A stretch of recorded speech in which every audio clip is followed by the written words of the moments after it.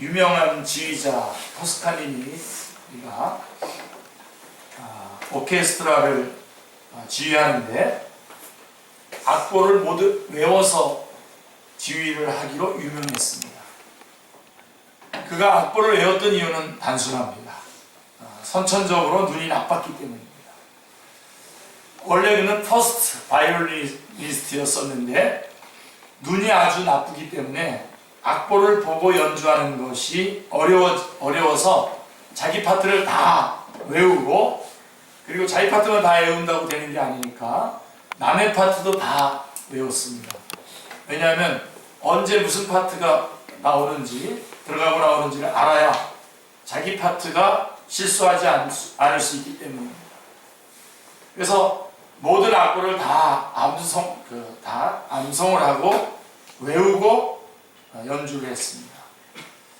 그런데 어느 날 비가 많이 와서 연습 시간에 지휘자가 나오지 못했습니다. 지휘자가 없이 연습이 불가능하기 때문에 단원 중에 다른 사람들의 파트까지 다 외우는 사람은 이 토스카니니밖에 없었기 때문에 지휘자를 대신해서 토스카니니가 지휘를 하게 되었습니다. 악보도 보지 않고 훌륭하게 지휘를 하자 그 이후로 지휘자로 바뀌어버렸고, 이것이 그가 지휘자가 된 이유입니다. 어쨌든 토스카니니는 평생 악보를 보지 않고 연주하는 유명한 지휘자였습니다. 물론 그렇게 되기까지는 피나는 노력이 있었으면 두말할 필요도 없죠. 외우지 않으면 연주할 수 없으니 다른 사람보다 더 몇 배의 노력이 있었던 것입니다. 그러한 그의 고난이 그를 지휘자 토스카니니로 만들었습니다. 만약 그의 눈이 좋았더라면 아마 그는 악보 외우지 않았을 것입니다. 그리고 더욱이 지휘자는 되지 못했을지도 모릅니다. 고난이란 이렇게 중요한 것입니다. 고난은 주님의 능력이 역사하는 입구요 통로입니다. 역사, 사역할 역자에다 일사자를 써서 고난에는 하나님의 역사가 내재되어 있습니다. 고난 속에서 하나님이 그 고난을 통해서 일하시는 하나님의 일이 있다는 뜻입니다.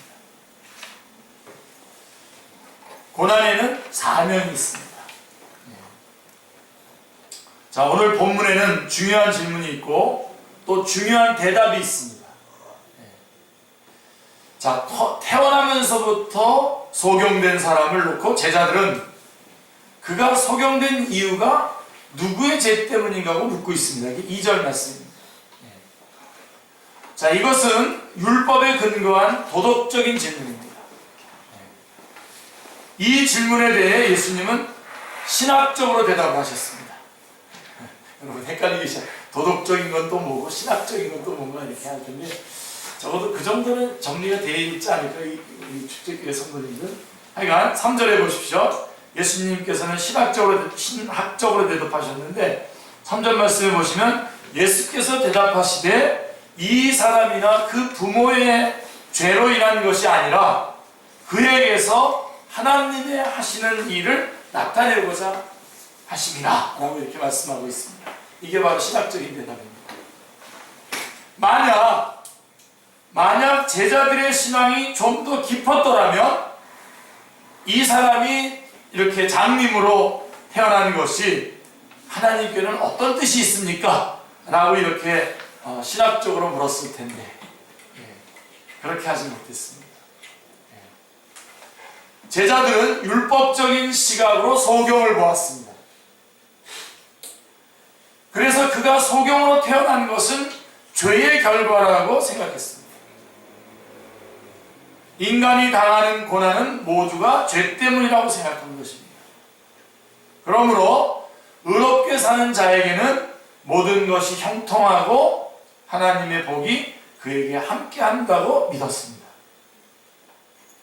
자, 우리들 안에도 은근히 이런 율법적인 시각이 있음을 보게 됩니다. 목회를 하면서 참 어려운 부분이 바로 이 부분인데, 이 부분을 상처를 주지 않으면서 바꿔놓아야 되는 그런 사명이 목회자에게 있어요. 자, 신앙도 좋고 하나님의 일도 열심히 하는데 자주 어려움을 당하는 성도들이 있습니다. 그렇죠? 그러면 꼭 뒤에서 그 사람이 뭔가 숨기고 있는 죄가 있다고 말하는 사람들이 꼭 있습니다. 저 사람 분명히 뭔가 문제가 있어서 저런 거예요. 제가 말씀드렸죠? 이런 얘기 들리기만 하면 저는 그 다음부터 그 사람 보고 절교한다는 거 아시죠? 이런 사람은 정말 못 말입니다. 정말 못 말입니다. 이것은 율법주의입니다. 율법주의. 지난번에 우리 용서에 대한 확신 얘기할 때 이 부분에서 우리 이미 다 자유함을 얻은 사람들이라고 하는 것을 다시 한번 기억하시기 바랍니다. 네. 자, 이러한 율법주의, 이러한 말과 생각은 정말 위험한 것이 아닐 수가 없습니다. 가난으로 세상에서 어려움을 당하는 자들에게 우리는 뭐라고 말해줘야 됩니까? 가난한 사람들. 예? 성경에 보면 누가복음 18장 25절에 보면 이제 가난한 사람들이 말해주는 겁니다. 낙타가 바늘귀로 들어가는 것이 부자가 하나님의 나라에 들어가는 것보다 쉽다더라. 이렇게 좀 말해줘야 되지 않습니까? 그렇죠? 예. 우리 이번에 곧 결혼하는 우리 경문이는 사실 제가 좀 걱정이 됩니다. 자, 이거 완전히 정말 맨몸뚱이로 지금 결혼을 하는데 근데 이제 이 말씀 해줘야 되죠. 예. 야, 부자가 하나님 나라에 들어가는 것이 낙타가 바늘귀로 들어가는 것이 부자가 하나님 나라 들어가는 것보다 더 어렵다. 쉽다더라. 거꾸로 그랬어. 그 다음에 야고보서에 있는 말씀처럼 하나님께서는 세상에서 가난한 자를 택하사 믿음에 부여하게 하신다더라. 이렇게. 자, 이런 말씀들을 해주면서 위로하면 얼마나 좋겠습니까? 그죠? 이렇게 하나님의 말씀을 좀 이렇게 좀 사용을 해야 되는데, 이런 말들은 가난하여 어렵게만 생각하던 자들에게 큰 힘과 용기를 주게 되는데, 가난한 거 보니까 너 뭐 문제가 있는 거 아니야? 예.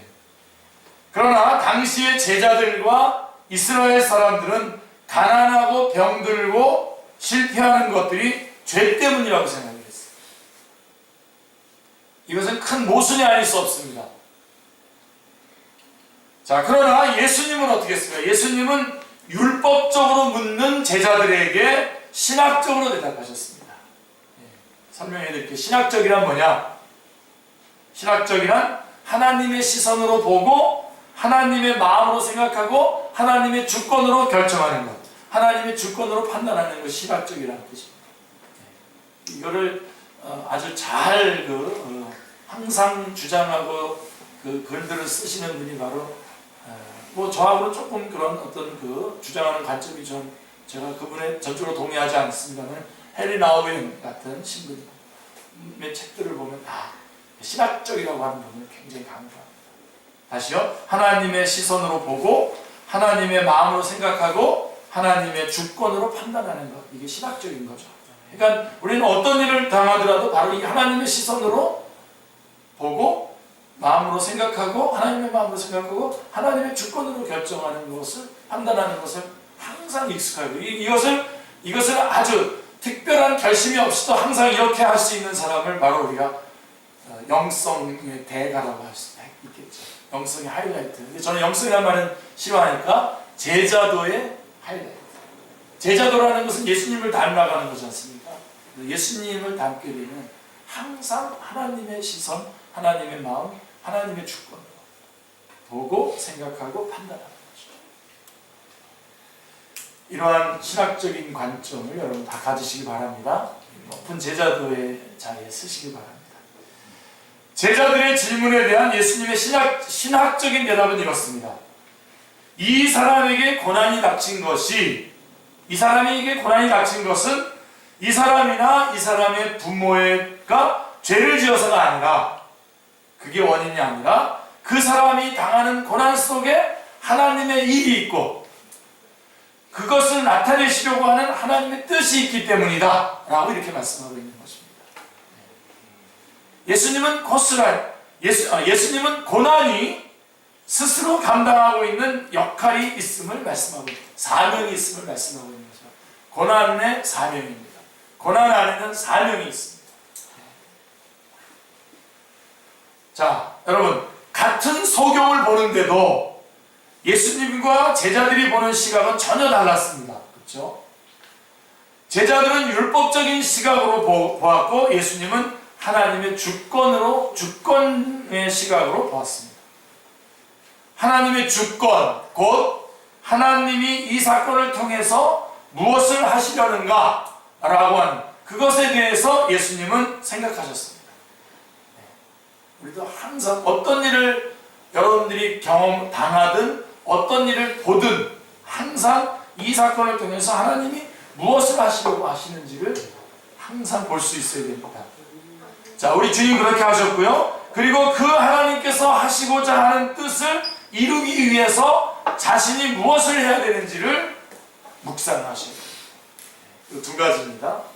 그 사건 속에서 하나님이 무엇을 하시려고 하는지를 보고 그렇게 봤다면 그것을 위해서 나는 어떤 역할을 여기서 해야 될 것인지를 항상 묵상해야 됩니다.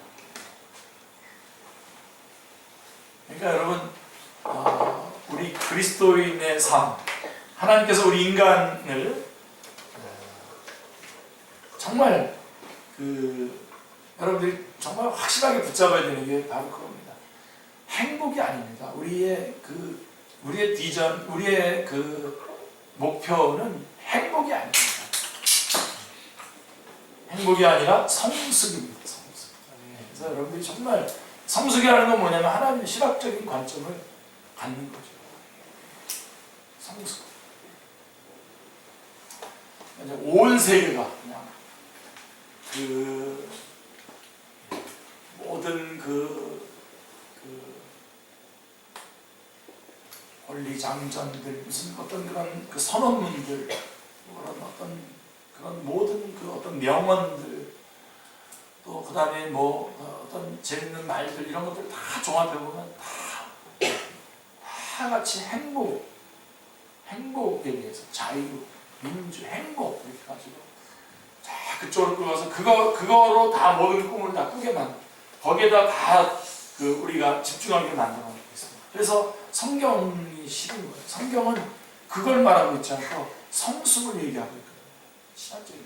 그래서 우리 고난이 있어요. 절대로 고난이 없다고 가리키는 그런 말을 그 어떤 지도자의 그런 말 들었으면 여러분 그 지도자와 같이 이거 되나 이렇게 말해도 그 지도자 떠나십시오.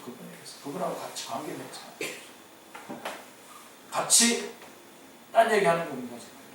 여러분 온 세계가 다 같이 똘똘 뭉쳐서 지금 이 하나님으로부터 벗어나야 된다는 거 아닙니까? 우리 저같이 이제 목회자들의 사명이 뭡니까? 하나님이 하나님이고 우리는 인간이고 떠나지 말아야 된다. 하나님과 관계, 고난을 당하더라도 고난 가운데 있더라도 떠나지 말아야 된다. 이거 아닙니까? 그렇죠? 네. 이것만 확 바꿀 수 있다면 매주 이렇게 길게 설교하지 않고 이렇게 조금만 이렇게 운만 띄워도 이건 이렇게 해서 이렇게 이 얘기를 결국에 나오고 탁탁탁 나올 것 같은 그런 느낌이 드는데요. 네. 자, 소경을 바라보시며 예수님은 하나님의 하신 일을 바라보았고 그 하나님의 일을 위해서 예수님 자신이 무엇을 해야 하는지를 생각하셨습니다. 그게 5절 말씀입니다. 내가 세상에 있는 동안에 뭐라고요? 세상의 빛이다. 예수님은 이 사건을 하나님의 관점으로 보시고 또 하나님의 마음으로 생각하시고 하나님의 주권으로 판단하시고 그래서 하나님이 하실 일을 바라봤고 그렇기 때문에 내가 어떤 역할을 해야 될 것인가를 생각하시는 것이죠. 그게 5절 말씀입니다. 내가 세상에 있는 동안에는 세상의 빛이로다. 예수님은 소경을 바라보시며 이렇게 영적으로 소경되어서 하나님을 바르게 인식하지 못하는 수많은 사람들의 눈을 뜨게 하시려는 하나님의 뜻, 하나님의 하시고자 하시는 일을 보시는 거죠. 그리고는 자신을 이 땅에 보내신 하나님의 뜻을 이 소경을 통해서 알아보셨습니다. 예수님은 바로 영적인 암흑의 세상에서 빛의 역할을 감당해야겠다는 소명을 다시금 확신하셨습니다. 예수님은 어두움 가운데서 태어나 어두움 가운데서 죽어가는 수많은 사람들의 눈을 밝혀 하나님을 바라보도록 하는 빛의 역할을 감당하시고자 하시는 의지를 굳게 하셨습니다. 이 사람이 나면서부터 소경이 된 것은 예수님이 세상의 빛으로 오신 분이심을 드러내고 하나님이 영적으로 소경된 자들의 눈이 열려지기를 간절히 원하시는 분이심을 가장 효과적으로 극적으로 나타내시려고 하는 하나님의 일을 위한 것입니다 라고 그 의지를 분명하게 밝히시는 것입니다. 우리도 어려운 상황을 당할 때에 예수님의 이 시각과 태도를 가져야 됩니다. 할렐루야. 이 일을 통해서 하나님께서 하시고자 하는 일이 무엇일까를 생각해야 합니다. 그래서 먼저 그러니까 이 일을 통해서 하나님이 하시고자 하는 일이 무엇일까를 생각해야 되는데, 먼저 입을 열어서 말들을 막 쏟아내서는 안 됩니다. 먼저 어떤 일을 보면 막 얘기하는 사람들이 있습니다. 절대로 여러분은 그런 자리에 쓰지 마시고, 그리고선 괜히 쓸데없는 얘기 해가지고선 어려운 일 당하는 사람 혹은 본인 자신에게도 더 치명타를 입히는, 가만히 계세요. 잘 보시고 묵상하십시오. 말씀으로 이것을 한번 보시는, 그래서 하나님께서 하시고자 하시는 일이 무엇일까를 생각해야 되고, 그런 후에는 하나님이 하고자 하는 일을 이루기 위해서 내 자신이 무슨 역할을 해야 할 것인지를 생각하고 성령님의 도우심을 따라 그대로 행해야 합니다. 자, 우리 어떻게 보면 우리 축제교회는 굉장히 강한 교회면서도 연약한 교회 아닙니까? 또 그런데다가 또 우리는 선교도 해야 되고, 또 이렇게 열악하지만 또 뭐 1년 이것도 이렇게 가서 선교지에 나가서 하겠다면 또 보내야 됩니다. 그랬을 때 이런 일들을 우리가 보낸다 그랬을 때 이게 하나님 무슨 뜻이 있을까? 그리고 나는 여기서 이럴 때 뭘 해야 되지? 그런 것들을 이렇게 생각하는 거죠. 저는 이렇게 어떤 기쁨이 있습니다. 섭섭하지만 우리 장로님이 이렇게 이제 1년 동안 잘 못 보지만, 그래도 그 안에서 하나님께서 또다시 장군 형제나 또 축제교회나 또다시 우리 축제교회에서 행하신 하나님의 일들을 생각을 하는 거죠. 자, 그래서 이 두 가지, 하나님께서 하시고자 하는 일이 무엇일까를 생각하고, 그 다음에 내가 무슨 역할을 감당해야 할 것인지를 같이, 그래서 성령님의 도우심으로 그대로 행해야 되는 것입니다. 자, 그러면 하나님이 하시고자 하시는 일이란 무슨 뜻입니까? 하나님이 하시고자 하시는 일이란 뭐? 이것은 일단은 과거적이 아니라 미래적이라는 얘기예요. 여러분 뒤에 것은 싹 잊어버리세요. 뒤에 것. 제가 지금 저희 집에 하나 빨간 큰 박스가 하나 있어요. 제가 잠깐 가끔씩 그거를 언제 처분을 해야 되지 그런 생각하는데, 거기에 보면 제가 교육전사 수렵들 목회하면서 사람들이 전사님 은혜 받았어요, 전사님 때문에 예수님 구원 받았어요, 막 그랬던 쪽지들 이런 것들, 고고 페이퍼하고 그런 것들 거기에 다 있거든요.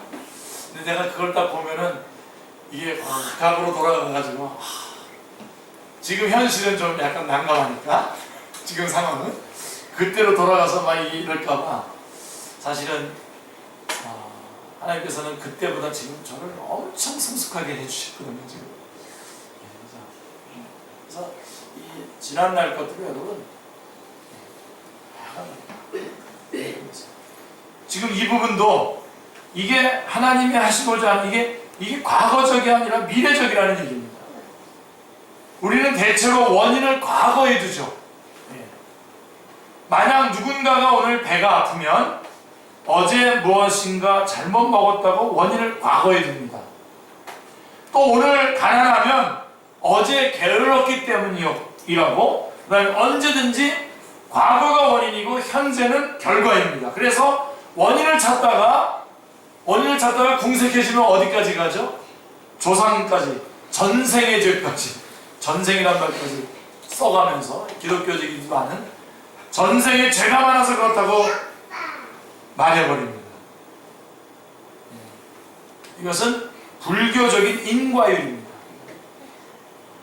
그래서 전생이 원인이고 현재가 결과인 겁니다. 또한 현세가 원인이 되어서 내세가 결과되어지는 것입니다. 지금까지도 교회 안에서 말없이, 그렇지만 극성을 부리고 있는 가계 저주론이 바로 여기서 나온 겁니다. 가계에 흐르는 저주를 끊어라. 도끼를 끊습니까? 무슨 뭘로 끊습니까?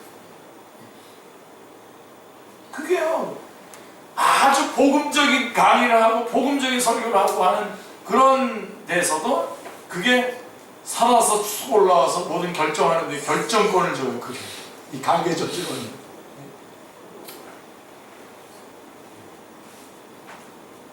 제가 지금 살고 있는 집은 그 남녀 호랑개교인가 하는 사람이 거기다가 우리 안방에다가 단을 쌓아놓고선 거기서 지내던 그런 집입니다.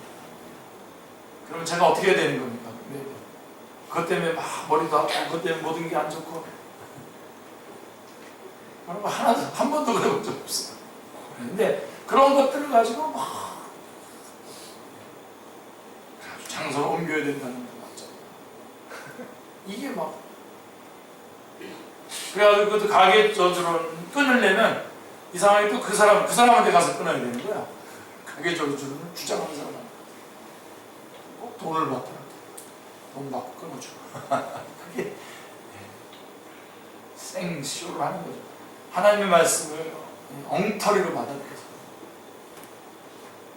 지금도 그게 바닥에 쫙 깔려 있어요. 조금만 흔들면 바로 그쪽으로 가서 다 그걸 잡는다니까.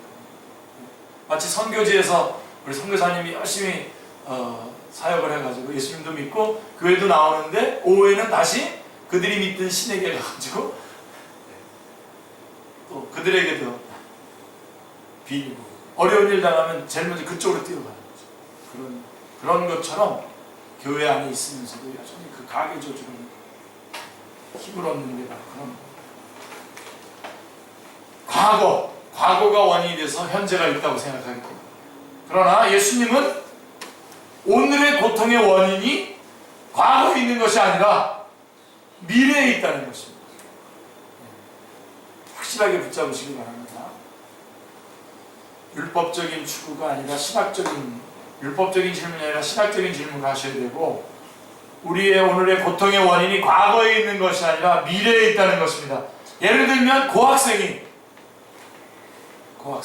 공부하는 학생, 밤을 새며 일하고 열심히 공부하는데 이것을 전생에 무슨 죄가 있다고 고생한다고 말할 수 있습니까? 이건 어디까지나 미래 때문입니다. 앞날을 위해서 지금 고생하는 것입니다. 가끔 고생하면서 전생을 들먹거리는 사람들이 있습니다. 지금 군에 가서 수고하고 있는 사람들, 이게 전생에 무슨 죄가 있어서 그러는 것입니까? 오늘 전생이라는 말을 너무 많이 써요. 해살의 고통도 이와 같습니다. 고통을 당함으로써 새로운 생명을 얻는 미래적인 의미가 있는 고통입니다. 그래서 여러분 가끔 물어보죠. 자, 맹장 수술이 더 힘들까요? 애 낳는 게 더 힘들까요? 애 낳는 게? 애 낳는 거는 이거는 생산적이잖아요. 네? 맹장 수술 이건 지금 억울하게 아픈 거잖아요. 죄송합니다. 애 낳지 않으신 분들이 먼저 대답을 또 다 하시고 그러셨어요. 네, 잘 생각해 보십시오. 우리가 지금 겪고 있는 거, 특별히 그리스도인에게는 두 가지 없습니다. 저주받을까 없고요. 죽을까 없습니다. 이 두 가지는 깨끗하게 없는 겁니다. 그리고 우리가 겪고 있는 고난은 우리가 신학적인 시선으로 보실 뿐만 아니라 바로 이렇게 미래적인 거다.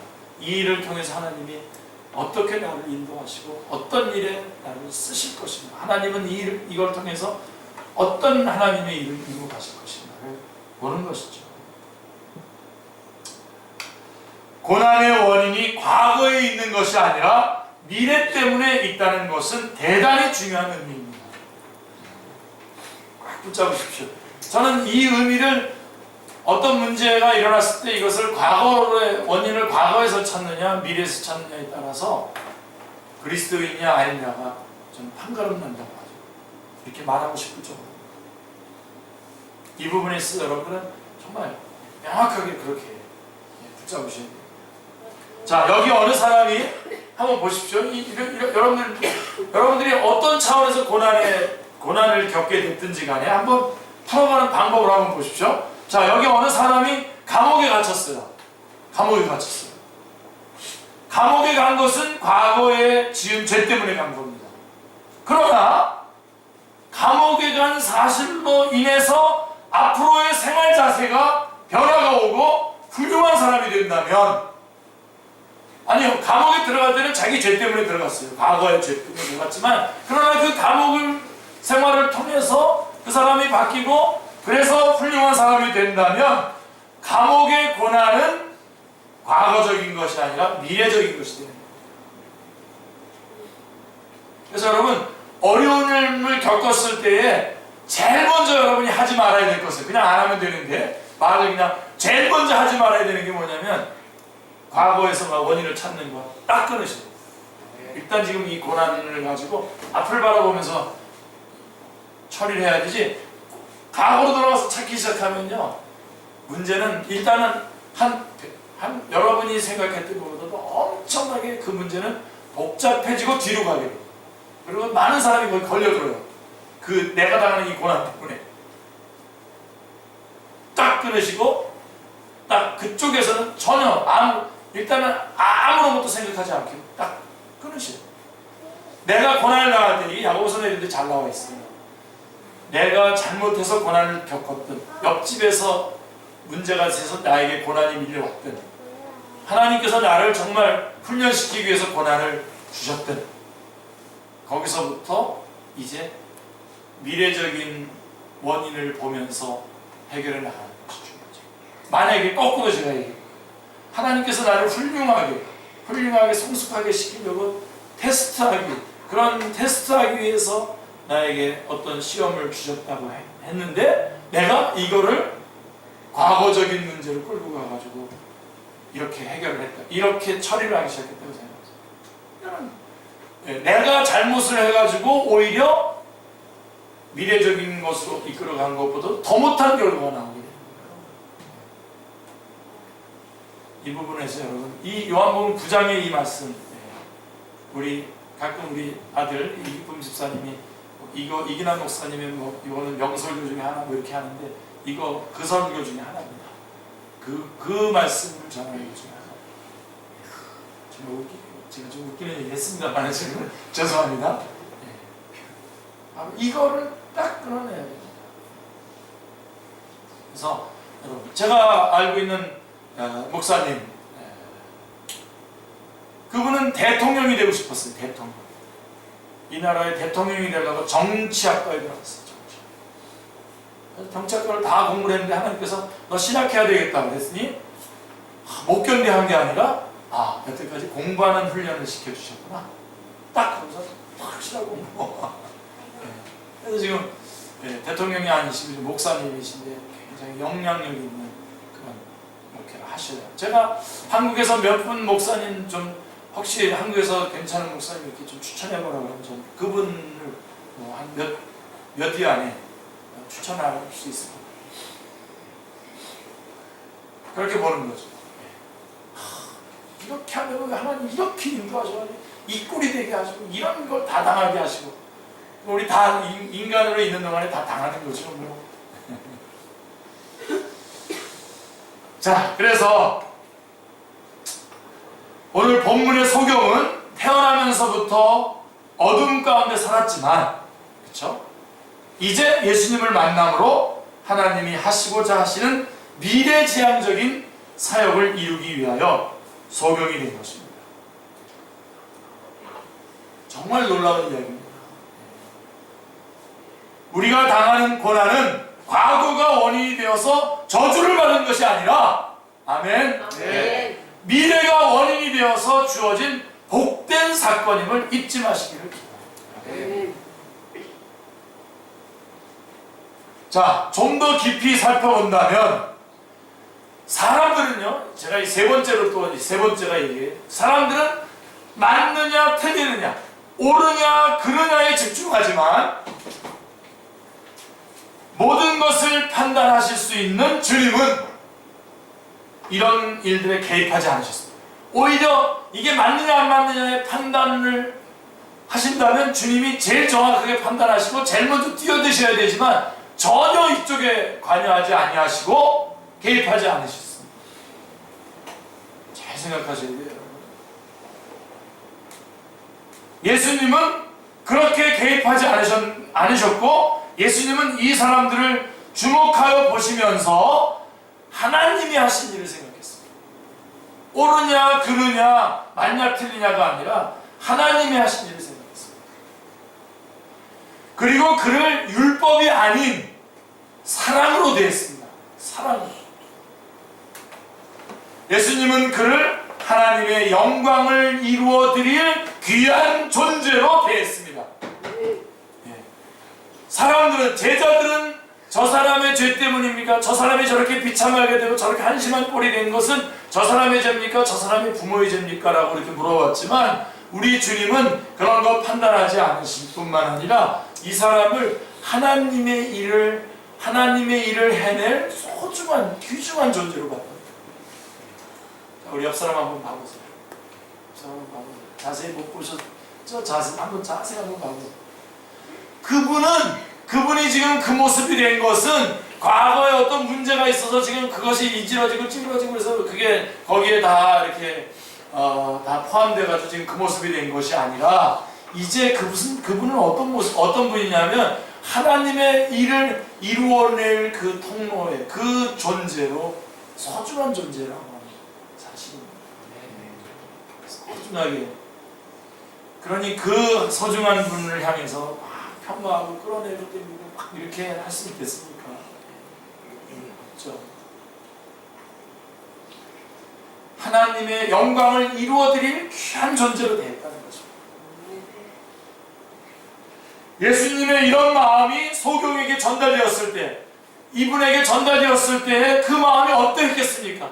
사람들은 다 뭐 너가 너희 집안에 어쩌고 막 계속 비난만 여태까지 들어왔을 텐데 우리 주님은 그분을 향해서 하나님의 영광을 이루어드릴 귀한 존재로 되었다는 것을 그 소경이 그것을 인식했다고 생각해 보세요.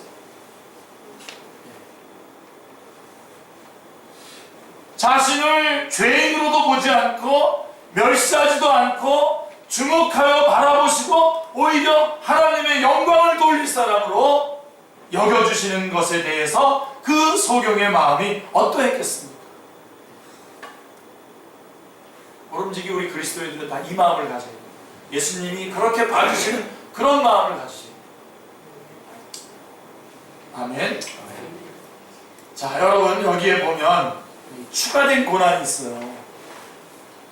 예수님은 자신이 세상의 빛이 되셔야 한다는 강한 소명감을 소경을 통해서 확신하신 후에 바로 행동에 옮기셨죠. 힘을 뱉어서 진흙을 이겨서 눈에 바르시고 실로암으로 가서 씻으라고 말씀했습니다. 자, 여기서 이 소경이 겪었을 어려움이 무엇이었을지를 생각해 보십시오. 우리의 현실이 바로 하나님께서, 주님께서 나를 귀한 존재로 보고 계시는 것에 대한 감격을 가지면서 어떻게 하는 거죠? 추가된 고난의 자리를 가는 거예요. 그게 우리 현실입니다. 그리스도인 지금 부닥치고 있는 현실입니다. 보세요. 이 소경은 이미 그가 소경이기 때문에 당해야 되는 고난을 다 당했습니다. 그런데 지금 이 시간에 그 외에 고난 속에 있는 사명을 감당하기 위해서 추가된 고난을 당해야 합니다. 괜찮겠습니까, 여러분? 아멘입니까? 네. 첫째로 진흙입니다. 진흙. 네. 자, 이 진흙을 눈에다 바르는 겁니다. 가뜩이나 보이지 않아서 불편한 눈에다가 진흙을 발랐으니 그의 어두움이 얼마나 더 짙어지고 처절하게 여겨졌겠습니까? 소경인 것도 사람들에게 손가락질 당하고 있는데 여기에다가 진흙까지 바르고 그것도 실로암까지 걸어 내려가야 하니 얼마나 그 마음이 더 어두워져서 민망하고 창피했겠습니까?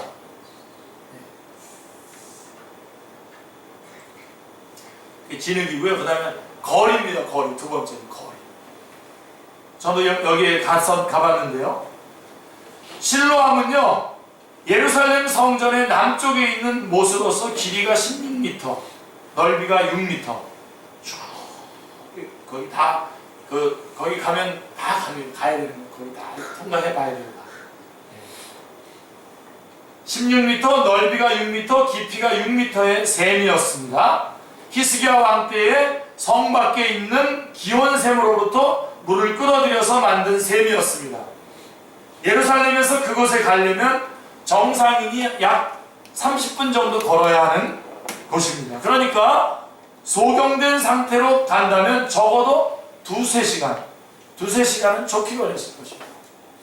그것도 더듬거리면서 걸어야 했으니 얼마나 어려웠겠습니까? 거기까지 꼭 왜 진흙도 바르고 거기까지 또 가시라고 하는 겁니까, 이게 지금? 그 다음에 비난입니다. 비난. 추가된 고난 중에 하나가 비난입니다. 어떨 때는 우리가 당하는 고난보다 이 고난이 아픈 게 아니라 비난이 아파요. 너무나 아프죠. 자, 거기에다가 이 소경은 사람들의 정죄와 손가락질과 비웃음과 이상히 여김, 이런 것들을 다 당해야 된다. 이게 비난입니다. 이 모든 것을 감수하고 인내하고 걸어가야 했습니다. 그러니 그가 당한 어려움이 얼마나 컸겠습니까? 그동안 그가 나면서부터 어둠 가운데서 소경이었기 때문에 당했던 고난과 더불어서, 그러나 주님께서 자기를 하나님의 영광을 위한 소중한 존재로 봐줬을 때에 뭐 거기서 바로 뭐 어떻게 결과가 났으면 좋겠는데 이렇게 추가된 고난이 있는데 이 추가된 고난이 바로 우리 앞에 있는 거죠. 자, 이 소경의 마음에 어떤 마음이 들었겠습니까? 이 우리 신앙의 단계가 바로 이 부분인데요. 자, 이 부분을 지금 뚫고 올라왔는지 우리 엘리자베도 이제는 이제 성숙한 이제 1년 됐네, 이제 2년째 돼가고 그러는데, 그래서 뚫고 올라오는 건지 아니면 거기서 마치 이렇게 춤치고 탁 나와야 되는데 다시 밑으로 반사해서 밑으로 내려가는지, 이게 이 신앙의 단계가 바로 여기에 있습니다. 자, 이 소경의 마음이 어떤 마음이 들었겠습니까? 이런 마음이 들었겠죠. 이런 마음이 들었을 수 있어요. 내가 꼭 이렇게 해야 되나 이거? 꼭 이렇게 해야 돼 이거? 그만둬버리고 싶은 마음도 있었을 겁니다. 그러나 소경은 예수님에 대한 신뢰를 바탕으로 실로암 길을 걸어 나아갔습니다. 할렐루야. 이게 중요합니다. 신앙의 단계 중에 의무감에 의한 행동하는, 의무감에 의해서 행동하는 단계가 있어요. 이걸 잘해야 돼요, 사실. 성도이기 때문에, 집사이기 때문에 의무감에 의해서 행동하는 것입니다. 이런 자들의 수고와 헌신에는 기쁨이 없죠. 주님과 교회를 위한 봉사들, 헌신들이 기쁘지 않고 모든 것이 부담으로 다가와 버겁게 여겨집니다. 그러나 그보다 한 단계 더 성숙한 단계로 말씀과 성령님에 사로잡혀서 행동하는 단계, 여러분들 그걸로 다 넘어가셔야 됩니다. 그런 단계가 있습니다. 자기가 그렇게 하려고 결심해서가 아니라 하나님의 말씀과 하나님의 영에 사로잡혀서 이거 잘 이해하셔야 돼요. 특별한 결심 없이도 주님을 위해서 헌신하고 봉사하게 되는 것을 말합니다. 이 단계로 딱 맞다. 만약에 여러분 우리가 신앙생활을 오래 했는데도 이렇게 질문한다고 생각해 보세요. 어느 날 뜬금없이 찬석 식사에 지난번에 한번 늦게 온 적 있었잖아요. 그래서 늦게 온 그럴 사람이 아니거든요. 특별한 걸심이 없어도 주일날은 무조건 주님 교회 오는 거잖아요. 그죠? 그런 분인데 안 온다면 이거는 사고죠. 그래서 전화했는데 이제 늦게 오셨는데 바로 그겁니다. 내가 하나님의 일을 해야 되는데 이것을 결심을 하고 물어보고 판단을 하고 그래야 되는 게 아니라 당연히 그 자리에 있는 거죠. 당연히 그곳에 있는 거죠. 그래서 여러분 이 질문을 들어보면 질문 안에 그 사람의 수준이 다 나와 있습니다. 다 있습니다. 아니 어떻게 이걸 질문해? 이게 질문할 일이 아니고 이거는 당연히 해야 될 일을 질문할 때. 사실 여러분 우리 교회 상담이 없죠. 상담이 없는데 여러분 이게 지금 이게 예배고 말씀이고 이게 지금 집단 상담. 이게 발음이 잘 안 돼요. 집단 상담. 이게 지금 집단 상담하는 거예요. 여기서 예배 때 말씀 시간에 다 들었는데 뭘 또 다시 물어봅니까? 목사님하고 딴 얘기 하자는 얘기지. 목사님 따로 불러가지고 이렇게 또 뭐 묻고 그러는 거는 저는 이해가 잘 안 돼요. 여기서 다 상담 다 됐는데요. 그렇다고 또 어떻게 결정하고 그래야 되는데 안 찾아오고 목사님한테 가면 그리고 아주 엉뚱한 좀 수준 낮은 질문, 수준 낮은 질문 말하면 안 된다. 어떤 질문도 해도 됩니다. 근데 보세요. 이게 여기서 다 이게 되는 거거든요. 특별한 결심이 없어요. 제가 우리 전사님 10년도 더 넘고 됐는데 한 번도 제가 오늘 직장에 가야 되는데 이번 주에 못 나왔는데 직장에서 회식하는데 가야 되니까 교회 빠지고 가야 되니까 이런 거 한 번도 질문 받아본 적이 없어요. 굉장히 힘드셨겠죠. 저도 제가 직장 은행 다니면서 교육전서도 했었으니까요. 근데 여러분 그게 그 단계까지 올라가요. 우리 주경 형제 지난번에 어디 갔더니 내가 월요일, 화요일, 수요일, 목요일, 금요일 다 교회 가야 되냐. 그러니까 이게 막 힘들어서 물어보는 게 아니라 좋아서 물어보는 거죠. 좋아서, 기뻐서. 아니면 나중에 얘기해 주세요. 좋아서, 그래, 월요일 날도 저는 그냥 저는 처음에 예수 믿고요. 그냥 교회에서 있었어요. 그냥 교회에서 살았어요. 자, 우리는 누구나 의무감에 의해서 행동하는 신앙 단계를 거치게 됩니다. 그런 단계를 거치게 돼요. 근데 여러분, 예수님을 믿는다는 것이 얼마나 좋으냐면, 예수님을 믿으면요, 하나님의 일을 하고 싶어지고, 교회에 가서 열심히 일하고 싶어져요. 그거 아니면요, 여러분, 체킹해 보셔야 돼요. 예수님 제대로 믿으셨는지. 체킹해 보셔야 돼요. 자, 그래서 이러한 의무감에 의해서 행동하는 신앙의 단계를 거치게 되는데, 그러나 그 단계를 넘어서게 되면 성령님께 인도함을 받고 말씀에 사로잡히고 말씀의 능력에 이끌려서 행동하는 단계에 들어가게 됩니다. 제자도의 극치입니다. 이 부분이. 그래서 특별한 결심이 없어도 원치 않는 것으로 끌려다닐 수 있는 능력을 갖게 됩니다.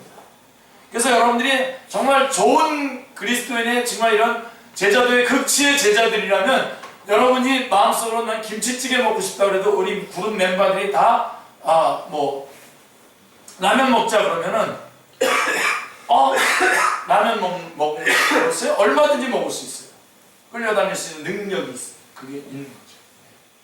그래서 이제 라면을 김치찌개, 라면에다 김치찌개 넣는다든가 그런 나중에 할 일이고, 그러니까 그렇게 할 수 있는, 이게 낮은 사람은 부득부득 나는 안 돼. 나는 꼭 이거 먹어야 돼. 그러면서 가서도 딴 거 시키고 그러는 사람들도 있잖아요. 저는 아닙니다. 이게 바로 제자도의 극치입니다. 이 소경은 실로암에 가서 씻고 오라는 주님의 말씀과 자신을 사랑과 존귀함으로 대해주시는 주님에 대한 열린 마음과 믿음에 사로잡혀서 실로암까지 내려갔습니다. 주님께 대한 열린 마음과 신뢰와 감사는 그가 실로암까지 갈 수 있었던 힘의 원동력이었습니다. 그는 마침내 실로암까지 내려갔습니다. 그는 말씀에 순종하여 움직였고 결국은 실로암까지 올 수 있었습니다. 자, 실로암 못에 가서 씻으라고 하는 말은 헬라어로는 실로암 안으로 들어가라라고 하는 뜻입니다. 실로암이라고 하는 뜻은 보냄을 받은 자라고 하는 뜻인데, 이 보냄을 받은 자가 누굽니까?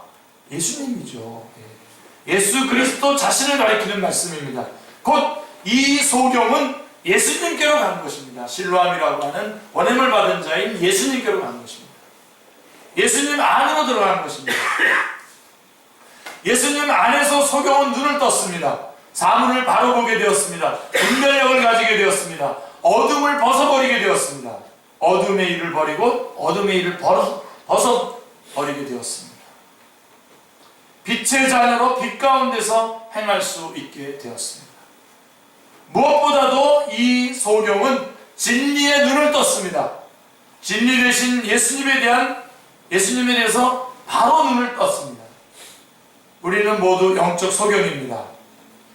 소경은 어떻게 장애를 딛고 예수님께로 갔습니까? 첫째로 그것은 바로 자신을 정죄하지 않고 사랑으로 대하시는 예수님에 대한 믿음과 그분의 말씀에 사로잡혀서 그렇게 할 수 있었던 것입니다. 둘째로 자신을 더 초라하게 만드는 것 같은 예수님의 처사에 대해서 끝까지 인내하고 말씀대로 따르는 믿음이 있었습니다.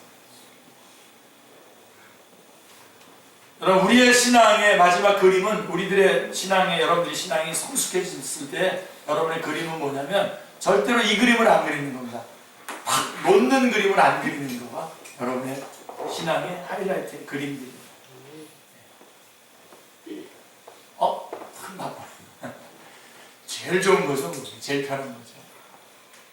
근데 우리 바로 하나님의 신뢰, 하나님이 나를 존귀한 존재로 여겨주신다고 하는 그 신뢰를 근거로 해서, 하나님의 말씀에 대한 신뢰를 근거로 해서 절대로 이렇게 그렇지 않아요. 아주 어려운 일을 당할 때도 주님께 예배드리고 주님을 의지하고 주님께 기도하는 일을 절대로 놓지 않습니다. 바로 그러한 인내가, 아까 추가된 고난들이 있었는데, 그러한 추가된 고난들 속에서 정말 사람들 앞에 민망스럽고 정말 모든 걸 다 놔버리고 싶은 그때에도 놓지 않고 끝까지 인내하고 말씀대로 따라가는 믿음이 있었기에 이 소경은 장애를 딛고 예수님을 만나고 눈을 떴습니다.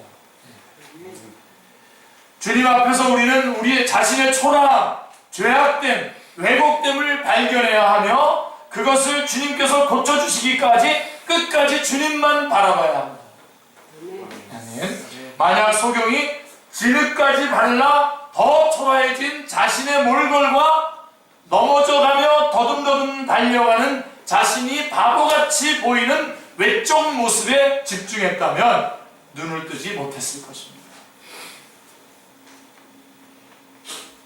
그러나 소경은 실로암 안으로 들어가기까지, 온전히 주님 안에 들어갈 때까지 설사 그 내면에서 의심과 불평과 수치심과 부끄러움이 동시에 솟아나고 있었다고 해도 그런 것들에 지배당하지 않고 오직 주님의 말씀 붙들고 오직 주님께 대한 신뢰를 가지고 오직 자신을 사랑해준 주님께 대한 고마운 마음을 가지고 그리고 소망을 가지고 끝까지 실로암까지 갔습니다. 그리고 눈을 떴습니다. 바로 여러분, 우리가 바로 이러한 길을 같이 가는 사람들이 우리 한 교회로 모인 거 아닙니까? 그 사람들이 서로 이 부분에 있어서 응원해 줘야지 절대로 서로를 향해서 재단을 하고 비난해 것입니다. 그런 거는 정말 사단의 역할입니다. 교육적으로 훈련과 어떤 교육적으로 그런 일들을 서로 이렇게 정말 사랑하는 마음. 아니 이 말을 해줄 때에 그 말을 듣는 사람보다 내가 더 아파야 돼요. 그렇지 않으면 말하지 마세요.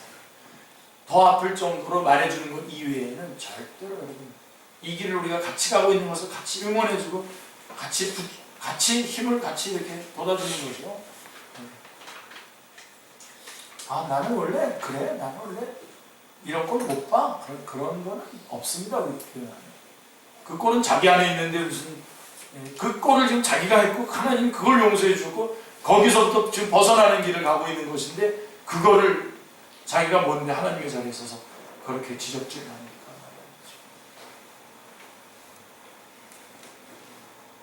자, 마무리하겠습니다. 안식일 법을 어기면서까지 목숨을 걸고 사랑의 법을 선택하신 예수님께서 보여주신 사랑과 신뢰에 대해서 소경은 이제 중요합니다. 이 소경은 무게 있게 진실하게 대답해야 됩니다.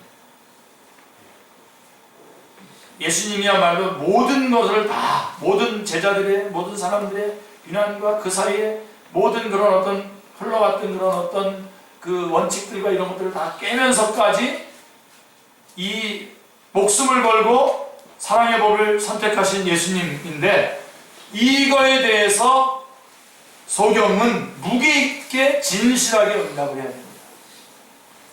그 예수님을 끝까지 바라보며 주님의 말씀에 의해 움직이는 길을 선택했습니다. 우리는 모두 주님으로부터 막대한 사랑을 받은 자들입니다. 맞죠? 아멘이죠? 네. 어마어마한 사랑을 받은 당신의 아들을 죽여가면서까지 사랑했어요. 이거는 여러분들이 정말 관념적으로 생각하시면 안 되고요. 정말 진짜 그것이 여러분 안에 감격적으로 들어와야 됩니다. 그것과 비교하면 주님께서 우리에게 베푸신 것과 세상이 우리를 핥힌 것과 비교해보면 사실 상대가 안 됩니다. 조족지혈입니다. 세 발의 피. 세 발의 피도 안 돼요. 말도 안 돼요. 비교도 안 되는 거예요. 그래서 여러분 우리는 비중 있게 대답하고 비중 있게 그리스도인의 삶을 살아가야 됩니다. 아멘. 세상에서 좀 핥힌 것 가지고 주님이 나에게 주신 사랑까지 다 의심해버리고 하나님 계신가 안 계신가까지 나간다면 이건 진짜 참 뭐라고 할 말이 없는 거죠. 우리는 주님으로부터 막대한 사랑을 받은 자들입니다. 주님은 연약한 우리를 하나님의 영광을 드러낼 자로 영광을 드러낼 존귀한 존재로 믿어주셨습니다. 아멘. 그리고 진실로 소중하게 대해주셨습니다. 아멘. 우리는 그러한 엄청난 사랑과 신뢰를 받은 자들입니다. 주님께서 우리에게 베푸신 그 사랑과 신뢰의 무게와 그것에 응답하는 우리의 주님께 대한 감사와 믿음의 무게를 한번 깊이 비교해 보시기를 기도합니다. 아멘. 이 주님 앞에 나오는 이 한 시간 주님이 그렇게 기다리신다는데 모이기를 힘쓰라고 주님 말씀하셨을 때 주님께서 모여서 우리가 하나님 앞에 기도하고 말씀 공부하고 서로 나누는 이것을 그렇게 소중하게 여기는데 비교를 한번 해보십시오. 우리의 마음이 어떤가? 주님께서 우리에게 베푸신 사랑과 은혜의 무게만큼 우리가 주님께 드리는 감사와 헌신의 무게가 많이 나갔으면 좋겠습니다. 주님께 대한 감사와 믿음과 헌신은 의무감에 의해 되지 않습니다. 의무감으로 되지 않습니다. 말씀과 성령님과 예수님 자신의 온전히 사로잡히게 될 때에 가능합니다. 참으로 그러한 자들이 다 되시기를 기도합니다. 주님 안에서 영적으로 육적으로 눈을 뜨고 진리를 바로 보는 복된 자로 살아가시기를 기도합니다. 성도 안에서 변화를 주도하시는 분은 우리 주님 예수님이십니다. 우리가 우리 주님 예수님을 끝까지 신뢰하는 믿음을 붙잡을 때에 놀라운 변화는 일어납니다. 실로암이신 예수님 안으로 들어갈 때에 놀라운 변화는 일어납니다. 요한복음 3장 19절 20절에서처럼 사람들이 빛이 왔어도 그 빛을 거절하는 어리석은 자리에 머물러서는 안 됩니다. 성한 눈을 가지고서도 눈앞에 있는 주님을 보지 못하는 바리새인들이 되지 않기를 기도합니다. 오히려 우리의 소경됨을 주님 앞으로 가지고 나아가서 빛 대신 주님 안에서 빛의 자녀로 살아갈 수 있는 성도들이 다 되시기를 기도합니다. 아멘.